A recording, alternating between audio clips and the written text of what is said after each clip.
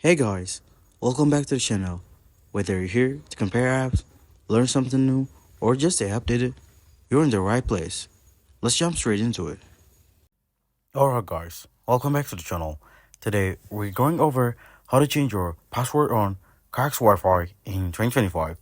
Keeping your Wi-Fi password updated is important for security and making sure only the right people have access. So let me show you how to simple it is. First, connect your Cox network and open a web browser.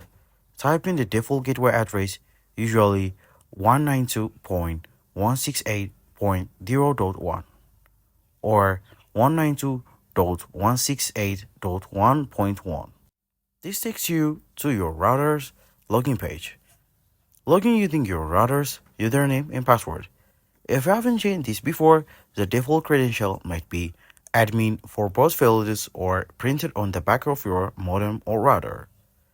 Once logged in, look for the Wi-Fi settings or wireless section. Here, you will find an option to change your Wi-Fi network name, SSID, and password.